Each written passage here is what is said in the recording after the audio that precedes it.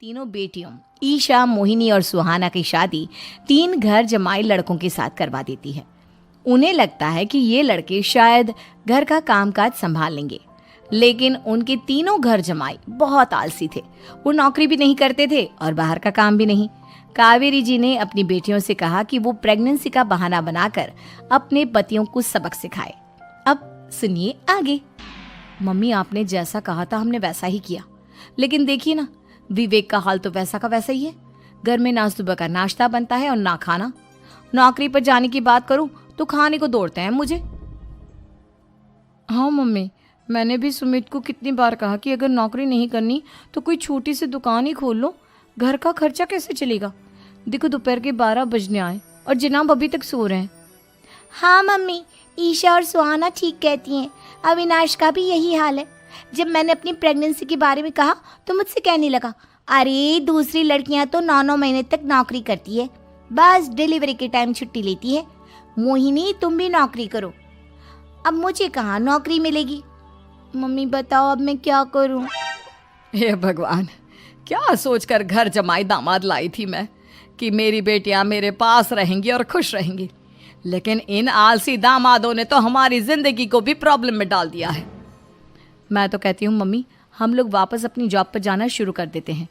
बता देते हैं इन लोगों को कि हमने प्रेगनेंसी का बहाना किया है। नहीं नहीं बेटा, ऐसी गलती भी मत करना। अगर तुमने ऐसा किया तो इन तीनों की आदत और ख़राब हो जाएगी। अरे आज नहीं तो कल कभी तो तुम प्रेग्नेंट होगी, तब वापस यही प्रॉब्लम आएगी। तब क्या करोगी तुम तीनों? हाँ मम्मी, आपकी बात तो बिल्कुल सही है। इन लोगों को तो सुधारना ही पड़ेगा। लेकिन कैसे? अपने बच्चों के आने की खबर सुनकर भी इन लोगों पर कोई असर नहीं हो रहा। पैसे कमाने के लिए घर से बाहर निकलना ही नहीं चाहते ये तीनों। अब मेरे दिमाग में एक प्लान आया है। तुम तीनों चिंता मत करो, उन तीनों को बुलाओ, फिर मैं बात करती हूँ। थोड़ी देर बाद कावेरी जी अपने तीनों दामादों को सामने बुलाकर अपनी बात कहना शुरू करती हैं। अविनाश, सुमित और विवेक, देखो बेटा, मैं ना तुम तीनों से बड़ा प्यार करती हूँ, इसीलिए तो तुम्हें घर जमाई बना कर रखा है मैंने। अरे मम्मी जी, सीधे सीधे कहिए ना, क्या बात है? प्यार तो हम भी आपको बहुत करते हैं। अरे मम्मी जी, आपकी इज्जत भी बहुत करते हैं। अरे भाई, आपके जैसी सास और कमाने वाली बीवी सबको मिलती है क्या? हाँ मम्मी, विवेक और सुमित ठीक कह रहे हैं। आपकी बेटी से शादी करके मेरी तो ज़िंदगी ही अच्छी हो गई है। जानती हूँ मैं, और ये भी जानती हूँ कि तुम तीनों अपने अपनी बीवियों से बहुत प्यार करते हो। बेटा, बात ऐसी है कि हमारे कुल गुरु ने कहा है कि प्रेग्नेंट होने के बाद मेरी तीनों बेटियां शुरू के 4 महीने हमारे गांव में जाकर रहेगी, जहां मेरे चाचा जी रहते हैं। अरे लेकिन क्यों मम्मी, गांव में जाकर रहने की क्या ज़रूरत है इन तीनों को? वो क्या है ना बेटा, हमारे परिवार को एक श्राप है। अगर मेरी बेटियों ने यहाँ पर बच्चा पैदा करने की कोशिश की तो उनके बच्चों को कुछ भी हो सकता है। इसलिए अब से लेकर 4 महीने पूरे होने तक इन्हें गांव वाले घर में रहना पड़ेगा। हाँ, तो इसमें प्रॉब्लम क्या है मम्मी जी? हम भी वहाँ जाकर रहेंगे, पिकनिक मनाएंगे। अरे भाई, बीवी जहाँ हम भी वहाँ। हाँ यार, आइडिया तो बहुत अच्छा है। शहर की ज़िंदगी में रह रहकर परेशान हो चुके हैं, अब कुछ दिन गांव में बिताएंगे। तुम लोग समझने की कोशिश क्यों नहीं करते? तुम में से कोई भी वहाँ नहीं जा सकता, और मैं यहाँ रहूँगी ना तुम तीनों के साथ। 4 महीने की तो बात है, उसके बाद ये तीनों ही लौट कर आ जाएंगी। ठीक है मम्मी जी, अब हमारे बच्चों का सवाल है तो ये तो करना ही पड़ेगा। कावेरी अपनी तीनों बेटियों को कुछ दिन के लिए घर से बाहर कहीं दूसरे शहर में रहने के लिए भेज देती है। कुछ दिनों के बाद, अरे मम्मी जी, बहुत दिन से पिज्ज़ा नहीं खाया, मंगवाइए ना। क्या बताऊं बेटा, पहले तो बेटियां खर्चा दे देती थी क्योंकि उनकी नौकरी थी, लेकिन अब तो मेरे पास पैसे ही नहीं बचे। थोड़े बहुत पैसे हैं जो बच्चों की डिलीवरी में काम आएंगे।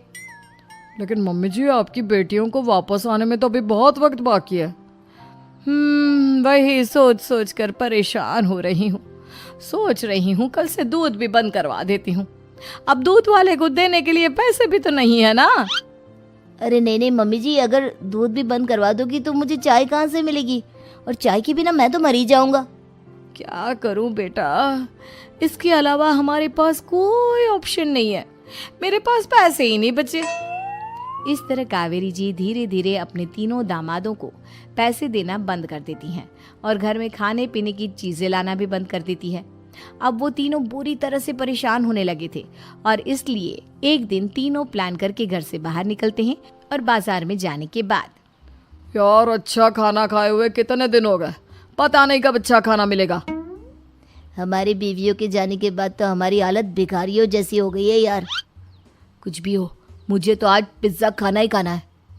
जेब में 1 रुपया नहीं और पिज्जा खाएगा, कहाँ से आएंगे पैसे? अरे देख वहाँ सामने बोर्ड पर क्या लिखा हुआ है, कंप्यूटर पर काम करने के लिए एक आदमी की आवश्यकता है। भाई मैं तो जा रहा हूँ, काम करूँगा और शाम तक पैसे लाकर आराम से पिज्ज़ा खाऊंगा। जा जा, तुझे कोई काम नहीं देने वाला, हम तो घर जा रहे हैं। चल भाई सुमित।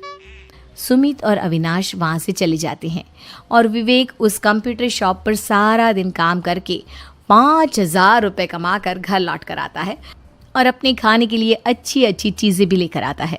ये देखकर विवेक और सुमित के दिल में भी कुछ पैसे कमाने की इच्छा जागती है। अरे सुबह सुबह कहाँ चल दी है तुम? मम्मी जी एक बहुत अच्छी जगह मिली है, कंप्यूटर पर काम करने के 5,000 मिले थे कल मुझे। अगर रोज़ काम करूँगा तो पूरे 40,000 की तनख्वाह। अरे वाह, ये तो बहुत अच्छी बात है दामाद जी, आपको जाना ही चाहिए। सुमित और अविनाश विवेक को इस तरह तरक्की करते देखकर परेशान हो जाते हैं और वो दोनों भी काम की तलाश में निकल पड़ते हैं। धीरे धीरे उन दोनों को भी काम मिल जाता है। अब कावेरी के तीनों दामाद छोटी मोटी नौकरी करके अच्छा पैसा कमाने लगे थे। एक दिन कावेरी उन्हें अपने पास बुलाती है। अरे वाह, विवेक 40,000 कमा लेता है, अविनाश 60,000 और सुमित तुम भी 40,000 के आसपास कमा ही लेते हो। कुल मिलाकर तुम अच्छे खासे पैसे कमा रहे हो बेटा। हाँ मम्मी जी, बहुत मजा आता है जब महीने के एंड में मोटी रकम हाथ में आती है। पूछिए मत मम्मी जी, घर में रहकर रोटी बना बना कर और तो जैसा महसूस होने लगा था मुझे तो। हाँ बेटा, तुम तीनों की बात तो बिल्कुल ठीक है और जानते हो अब तुम तीनों की पत्नियां भी वापस लौट कर आने वाली है। लेकिन मम्मी जी अभी तो उन्हें गए सिर्फ 2 महीने हुए हैं, आपने तो कहा था वो 4 महीने के बाद लौट कर आएंगी। ऐसा कुछ नहीं है बेटा, मैं सिर्फ तुम तीनों को सबक सिखाना चाहती थी कि आदमी घर में बैठकर बीवी की कमाई खाता हुआ अच्छा नहीं लगता। इस दुनिया में हर इंसान को मेहनत करनी चाहिए, काम करना चाहिए, चाहे वो औरत हो या आदमी, ताकि अपने परिवार को संभाल सके। कावेरी की बात सुनकर उन तीनों को अपनी गलती का एहसास होता है और कावेरी उन्हें सच बता देती है कि ईशा, सुहाना और मोहिनी शहर में ही कहीं दूसरी जगह रह रहे थे। शाम के वक्त उन तीनों की पत्नियां लौट कर आ जाती है और कावेरी जी का परिवार एक खुशहाल परिवार की